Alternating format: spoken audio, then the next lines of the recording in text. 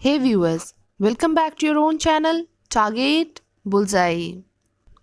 आज के इस वीडियो में हम लोग बात करेंगे सोनाटा सॉफ्टवेयर कंपनी के बारे में। बने रहिए वीडियो में आखिरी तक क्योंकि काफ़ी कुछ हम लोग डिस्कस करने वाले हैं। बढ़ते हैं वीडियो में हम लोग आगे की तरफ। सबसे पहले अगर बात करें, the company is 34 years old IT solution providers, और हम कह सकते हैं ग्लोबल आईटी सॉल्यूशन ऑर्गेनाइजेशन है जो कि वेरियस इंडस्ट्री वर्टिकल्स में अपने सर्विसेज प्रोवाइड करते हैं, जहाँ पे ये वाइड रेंज ऑफ टेक्नोलॉजी और जो वैल्यू है वो डिलीवर करते हैं विथ देयर यूनिक प्लेटफॉर्मेशन अप्रोच। तो इनके जो यूनिक प्लेटफॉर्मेशन अप्रोच है उनके थ्रू काफ़ी सारे आप कह सकते हैं जो सर्विसेज है या फिर टेक्नोलॉजीज़ है या फिर वैल्यू है, ये सारी चीज़ें प्रोवाइड कर रहे हैं अपने क्लाइंट को। नेक्स्ट अगर यहाँ पे हम लोग देखें इस कंपनी के रेवेन्यू के बारे में बात करना चाहें तो ये आपके 550 प्लस यूएस डॉलर के आसपास है। वहीं 14% के आसपास का जो 3 साल का CAGR निकल के आ रहा है। इनके अगर हम लोग टीम्स की बात करें 4200 प्लस इनके टीम्स हैं अक्रॉस डिफरेंट कंट्रीज़, जहाँ पे आप देख सकते हैं US हो गए, एशिया है, Japan, Malaysia and many more. साथ ही ये कंपनी आपको ISO सर्टिफाइड नज़र आएंगी और काफ़ी सारे इनके पास आप देख सकते हैं सर्टिफिकेशन है, जैसे कि ITIL, SEI, CMMIL 5। तो ये सारे सर्टिफिकेशंस इनके पास अवेलेबल हैं। नेक्स्ट अगर हम लोग इंडस्ट्री फोकस की बात करें कि कौन कौन से इंडस्ट्रीज़ में अपने ये सर्विसेज प्रोवाइड कर रहे हैं, तो आपके सामने ये 6 इंडस्ट्री नज़र आ रहे होंगे। सबसे पहले की बात करें CPG एंड MFG, यहाँ पे आप देखेंगे कंज्यूमर गुड्स हो गए, इंडस्ट्रियल गुड्स, होलसेल, तो इन 3 कैटेगरी में ये आपको सर्विसेज प्रोवाइड करते हुए नजर आएंगे। नेक्स्ट यहाँ पे देखें रिटेल इंडस्ट्री की बात करें, यहाँ आपके अपैरल, हार्ड गुड्स, ग्रॉसरी या फिर हाइपर मार्केट, तो ये तीन चार आपको कैटेगरी आपको रिटेल इंडस्ट्री के अंदर नज़र आ रहे हैं। वहीं आप देख सकते हैं ट्रैवल में बात करें तो airline, rail, hotel, cruise and many more. Service industry की बात करें, सर्विस इंडस्ट्री में ये आपको सर्व करते हुए नजर आएंगे इन energy and utilities, oil and gas, speciality contractors and professional services.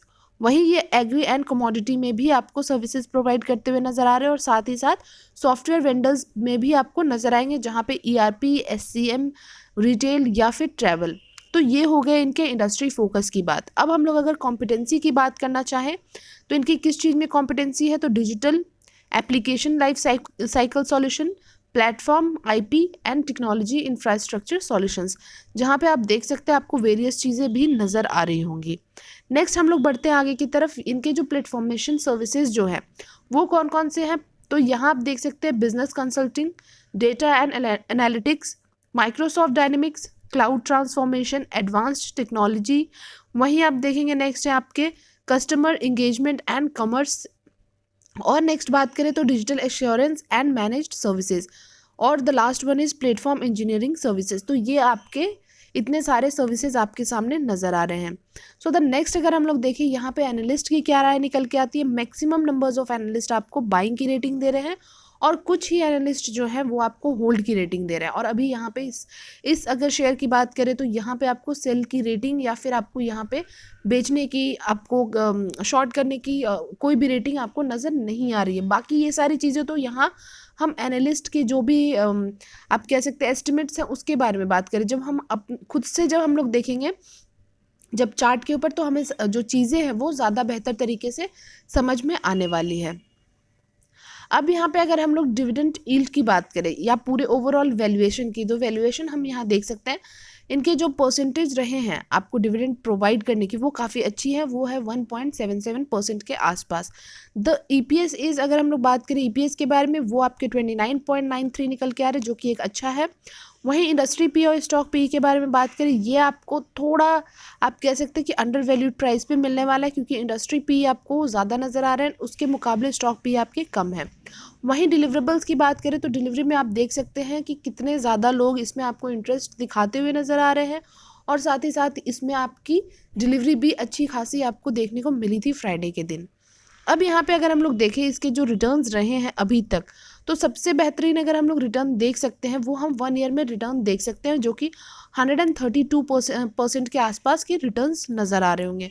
वहीं 1 मंथ या 3 मंथ की बात करें, इन्होंने नेगेटिव में रिटर्न्स पोस्ट किए थे, और बाकी आप देखेंगे जो भी आप टाइम फ्रेम देख रहे हैं रिटर्न्स आपको बाकी 2 ईयर्स हो गए, 3 ईयर्स हो गए, वहाँ पे भी आपको ठीक ही नज़र आ रहे हैं। So the next is quarterly result. इनके अगर हम लोग क्वार्टरली रिजल्ट पे नज़र डालते हैं, इस क्वार्टर जो नंबर्स रहे हैं उनमें आपको थोड़ी वीकनेस देखने को ज़रूर मिली है, जो इनके सेल्स के नंबर्स रहे। यहाँ पे इनके सेल्स थोड़े से आपको कम होते हुए दिखे हैं पिछले क्वार्टर के मुकाबले। जहाँ पे पिछले क्वार्टर 1269 करोड़ के आसपास थे, वहीं इस क्वार्टर की बात कर रहे हैं तो ये 963 करोड़ के आसपास नजर आएंगे। ऑपरेटिंग प्रॉफिट आप देख सकते हैं, आपको क्वार्टरली बेसिस पे आप थोड़े बहुत आप ऊपर नीचे होते हुए ज़रूर नज़र आए हैं। दैट मीन्स आपको जो ऑपरेटिंग प्रॉफिट इनके निकल के आए हैं, आप देख सकते हैं दिसंबर 20 में इनके 111 करोड़ थे, देन आपको डिप नज़र आया 103 एंड देन अगेन डिप हुआ जिसमें कि आपको 101 नज़र आ रहे थे। बट इस क्वार्टर की बात करें, इस क्वार्टर में आपको वापस इन तीन क्वार्टर थे पिछले, उनसे भी ज़्यादा नंबर इन्होंने पोस्ट किए, जो कि 123 करोड़ के आसपास है।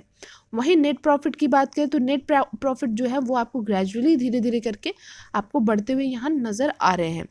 नेक्स्ट हम लोग यहाँ पे देख लेते हैं इनके जो रेवेन्यू जो निकल के आते हैं ज्योग्राफी वाइज वो किस तरीके से नज़र आ रहे हैं। अब अगर हम लोग यहाँ पे देखें जो क्वार्टर 2 की अगर हम लोग बात कर रहे हैं, इस क्वार्टर की अगर हम लोग बात करें तो यहाँ पे इनके जो रेवेन्यू है वो सबसे ज़्यादा यूएसए से निकल के आए हैं, देन आपको नज़र आएंगे यूरोप, और बाकी जो है वो आपको रेस्ट ऑफ द वर्ल्ड से नज़र आ रहे हैं। उसके बाद अगर हम लोग देखिए, अगर पिछले हम लोग उस तरीके से कंपेयर करना चाहे कि पिछले साल क्वार्टर 2 में कैसे थे नंबर्स या फिर पिछले क्वार्टर में किस तरीके के थे नंबर, वो आपके सामने हैं। तो आप देखेंगे अगर उससे कंपेयर करें तो बाकी सारे नंबर से यूएसए से जो पिछले क्वार्टर या उससे पहले के क्वार्टर में जो आपको नज़र आए थे वो थे 51% के आसपास, पर इस बार आपको ये नंबर्स बढ़ते हुए दिखे हैं। उसके बाद अगर हम लोग देखें क्वार्टर 2 एंड क्वार्टर 1, अगर हम लोग जो पिछले जो नंबर्स आपको नज़र आ रहे हैं वहाँ आपको 26, देन आपको घट के हो गए थे क्वार्टर 1 में 25, और उसके बाद अगर हम लोग बात करें इस क्वार्टर की तो ये हो गए हैं 24, जो यूरोप से इनके रेवेन्यू निकल के आ रहे थे। तो यहाँ आपको एक आप देख सकते हैं कि अगर पिछले साल क्वार्टर 2 से अगर कंपेयर करें इस साल के क्वार्टर 2 को, तो यहाँ पे आपको बेशक नंबर में डिप नज़र आ रहा है, या फिर पिछले क्वार्टर के मुकाबले भी देखें तो ये आपके जो रेवेन्यू है ये आपको कम होते हुए नज़र आए हैं। वहीं आप देख सकते हैं अगर हम लोग रेस्ट ऑफ द वर्ल्ड की बात करें तो यहाँ पे भी आपको थोड़े बहुत नंबर्स जो हैं, जैसे कि आप देखेंगे पिछले क्वार्टर के मुकाबले यहाँ पे डिप है, बट पिछले क्वार्टर 2 के मुकाबले अगर देखें जो एक साल के नंबर्स के देखें तो वहाँ पे आपको सिमिलर ही नज़र आएंगे।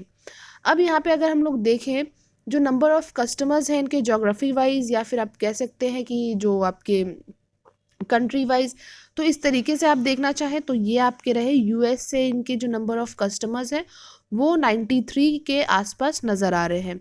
उसी के बाद अगर हम लोग देखें यहाँ पे तो आप देख सकते हैं कि इंडिया से 27, यूरोप से 42, एंड उसके बाद आप देख सकते हैं 37, एशिया से 13, मिडिल ईस्ट से 2।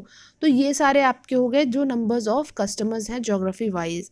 Number of customers by industry की बात करें वो अलग है। तो यहाँ आप देखेंगे सबसे ज़्यादा अगर किसी इंडस्ट्री से इनके निकल के आ रहे हैं नंबर्स ऑफ कस्टमर, वो हैं आपके डिस्ट्रीब्यूशन एंड मैन्युफैक्चरिंग के तरफ से। बाकी आप देखेंगे जो नंबर्स हैं आपके वो अदर्स में आते हैं, अदर्स की कैटेगरी में। बाकी आपके सामने यहाँ पे आप चाहे तो यहाँ आप रीड आउट कर सकते हैं, बिकॉज वीडियो काफ़ी ज़्यादा लंबा होगा। सो बेसिकली अगर हम लोग जो एक ओवरऑल अगर ओवरव्यू की बात कर रहे हैं हम लोग, तो यहाँ आपको डिस्ट्रीब्यूशन मैन्युफैक्चर से नज़र आ रहे हैं, देन आपको आईएसवी से नज़र आ रहे हैं, बाकी आपको रिटेल है, रिटेल में भी नॉन एसेंशियल हैं, रिटेल में एसेंशियल्स हैं, तो ये सारे हैं। अब अगर हम लोग कस्टमर कैटेगरी की बात करना चाहें तो ये आप देख सकते हैं फॉर्च्यून 500 अकाउंट से अगर देखें और नंबर ऑफ ग्लोबल 2000 कस्टमर्स की बात करें तो यहाँ पे आपको जो ब्लू लाइन है, dark blue line is Fortune 500 accounts, और आपके जो लाइट ब्लू है वो है आपके ग्लोबल 2000 कस्टमर्स, वो भी आपके सामने नंबर्स निकल के आ रहे। तो ये आपको जो आप अगर फॉर्च्यून 500 अकाउंट्स की बात करें तो ये आपको बढ़ते हुए दिखे हैं। अगर पिछले आप कह सकते हो पिछले क्वार्टर 2 के मुकाबले इस साल बढ़े हैं, और अगर हम लोग सिर्फ पिछले क्वार्टर 1 से इस क्वार्टर 2 की अगर हम लोग कंपेयर कर रहे हैं तो यहाँ आपको सिमिलर ही नज़र आ रहे हैं। वहीं आपको नंबर ऑफ़ ग्लोबल्स जो 2000 कस्टमर्स हैं वो आपको बढ़ते हुए दिखे हैं ग्रेजुअली, जो भी यहाँ पे आपको क्वार्टर्स नज़र आ रहे होंगे। सो अब हम लोग बात कर लेते हैं ईयरली रिजल्ट्स के ऊपर। तो ईयरली जो रिजल्ट्स रहे हैं इनके काफ़ी अच्छे नज़र आ रहे हैं, क्योंकि जो सेल्स के नंबर्स हैं वो आपको काफ़ी बेहतरीन तरीके से साल दर साल बढ़ते हुए दिखे हैं। जहाँ ये पिछले साल आपको 3743 करोड़ नज़र आते थे, वहीं इस साल आपको 4228 करोड़ के आसपास देखने को मिलेंगे। नेक्स्ट अगर हम लोग बात करते हैं ऑपरेटिंग प्रॉफिट की, तो ऑपरेटिंग प्रॉफिट के भी नंबर्स आपको बढ़ते हुए ही दिखे। और नेट प्रॉफिट की बात करें तो इस साल अगर हम लोग देख रहे हैं तो इस साल आपको नेट प्रॉफिट में थोड़ी डिप ज़रूर देखने को मिली है, बाकी वैसे आपको साल दर साल ये भी अच्छा परफॉर्म करते हुए नेट प्रॉफिट में नज़र आ रहे थे। नेक्स्ट बात कर लेते हैं इनके सेल्स एंड प्रॉफिट ग्रोथ की। तो जो आपको यहाँ नज़र आ रहे हैं वो इस एक साल में आपको काफ़ी डिप देखने को मिल रहे हैं। वहीं 3 ईयर्स या 5 ईयर्स की बात करें तो फिर भी वहाँ पे आपको ठीक ठाक नज़र आ रहे थे। अब यहाँ पे बात कर लेते हैं इनके ROE एंड ROCE, जो कि काफ़ी बेहतरीन आपको देखने को मिलेंगे। पिछले 5 से 3 साल के अगर हम लोग नंबर्स या परसेंटेज जो देख रहे हैं उससे भी आपको ऊपर नज़र आ रहे हैं। आपके जो आपके यहाँ पे ROCE निकल के आ रहे हैं, जैसे कि आपके 49%, देन 55%, एंड इस साल अगर हम लोग देखें 58%। वहीं आपके जो हम लोग ROE देख रहे हैं उनके जो परसेंटेज रहे हैं वो आपको इस 3 साल और 1 साल में सिमिलर नज़र आएंगे। नेक्स्ट यहाँ पे बात कर ले डेट टू इक्विटी रेशियो के ऊपर, तो यहाँ किसी तरह की डेट भी नज़र नहीं आ रही है कंपनी के ऊपर। वैसे कंपनी ने जो भी परफॉर्मेंस रही है कंपनी की वो काफ़ी आपको इस एक साल में काफ़ी अच्छी देखने को मिली है। बाकी इनके बिजनेस की बात करते हैं तो वो तो IT फॉर्म है ही, IT company, IT solution providers है ही, तो इन सारी चीज़ों में कंपनी काफ़ी बेहतरीन है। उसी तरीके से यहाँ अगर हम लोग जो कैश अवेलेबल है कंपनी के पास वो आप देख सकते हैं 208.87 करोड़ के आसपास नज़र आएंगे। नेक्स्ट यहाँ देखते हैं शेयर होल्डिंग पैटर्न्स। तो सबसे ज़्यादा जो होल्डिंग्स है वो आपको पब्लिक के पास देखने को मिल रहा है। भले ही अगर हम लोग ये देखें तो क्वार्टरली वाइज आपको ये कम होते हुए ज़रूर दिखे, बट फिर भी मैक्सिमम नंबर्स ऑफ होल्डिंग्स जो है वो पब्लिक के पास ही देखने को मिलेंगे। प्रमोटर्स के ऊपर बात करें तो प्रमोटर्स के पास जो होल्डिंग है 28% की होल्डिंग है, वो भी कंसिस्टेंसी के साथ आपको थ्रू आउट दी क्वार्टर्स आपको नंबर्स सेम ही नज़र आ रहे हैं। वहीं उसके बाद बात करें तो DIIs के पास आपको नंबर्स जो नज़र आ रहे हैं वो आपको बेशक घटते हुए दिखे, बट FIIs ने अपने जो होल्डिंग्स हैं वो आपको बढ़ाते हुए नजर आएंगे इस पूरे क्वार्टर में। आप देख सकते हैं जहां इनके दिसंबर 20 में जो परसेंटेज थे FII के पास वो थे अराउंड 12% के लगभग, और इस बार अगर हम लोग देखें तो 16.5% के आसपास के यहाँ होल्डिंग्स नज़र आ रहे हैं। और वहीं DIIs के पास जहाँ 14% की होल्डिंग्स थी वहीं आपको घटते हुए 13% के आसपास रह गई है। प्रमोटर्स प्लेजिंग की बात करें तो प्रमोटर्स के ऊपर भी कोई प्लेजिंग नज़र नहीं आ रही है अभी तक। नेक्स्ट यहाँ देख लेते हैं कौन कौन से टॉप म्यूचुअल फंड्स हैं वो आपके सामने। यहाँ पे आपको मोस्टली जो 3 म्यूचुअल फंड्स हैं वो आपके HDFC के हैं, और एक अगर हम लोग बात करें वो आपको L&T की तरफ से नज़र आ रहे हैं। बाकी परसेंटेज आप यहाँ पे देख सकते हैं। तो आप देखेंगे जो परसेंटेज है आपकी वो HDFC स्मॉल कैप की बात करें तो 5% के आसपास है। L&T की बात करें, L&T एमर्जिंग बिजनेस की, वो आपकी 2.59% की इन्वेस्टमेंट है। वहीं थर्ड अगर बात करें HDFC रिटायरमेंट सेविंग की, वो आपकी 1.45, and the last one is 0.402% के आसपास है, जो कि आपके HDFC multi assets fund direct growth के। अब बात कर लेते हैं यहाँ पे हम लोग चार्ट के ऊपर। सबसे पहले अगर चार्ट के ऊपर हम लोग ये देखें तो यहाँ आप देख सकते हैं कि किस तरीके से आपको एक अच्छा खासा मूवमेंट देखने को मिला था इस पूरे साल में, और आफ्टर कोविड ये काफ़ी बेहतरीन तरीके से आपको बढ़ता हुआ नज़र आया है। और अब आपको कुछ टाइम से या फिर आप कह सकते हैं कुछ हफ्तों से यहाँ पे आपको प्रॉफिट बुकिंग भी दिखाई दे रही है। मोस्टली ये अपने 10 डेज EMA के ऊपर आप 10 वीक EMA के ऊपर आपको ये चलता हुआ नज़र आता है। यहाँ पे आपको ऑलमोस्ट अपने रेड लाइन को ये टच करता हुआ दिखा है, जो कि है 20 वीक EMA। तो अभी अगर हम लोग करंट प्राइस की बात करते हैं तो 790 के आसपास का प्राइस निकल के आ रहा है। उसके बाद अगर अभी हम लोग देखें छोटे टाइम फ्रेम के ऊपर तो देख सकते हैं कितना आप हैवी आप अमाउंट में आप देख सकते हैं यहाँ पे जो प्रॉफिट बुकिंग होती हुई दिखाई दी है। एक बार इसने वापस आप कह सकते हैं एक बाउंस बैक ज़रूर आया था इसी सेम प्राइस के बाद 790 के प्राइस पे।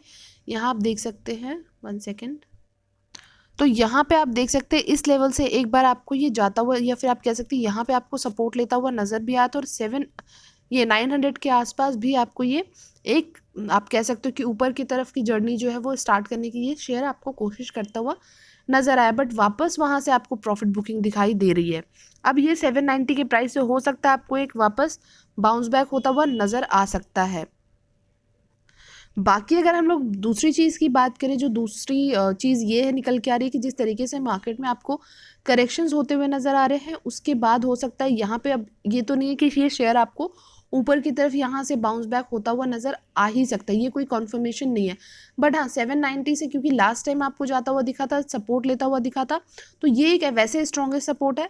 बट हाँ जिस तरीके से मार्केट में प्रेशर है उसकी अगर हम लोग बात करें तो वहाँ से ये आपको हो सकता है, ये जो 790 के आसपास आपको अभी ट्रेल करता हुआ नज़र आ रहा है, वहाँ से आपको ज़रूर एक बार और नीचे आता हुआ नज़र आएगा।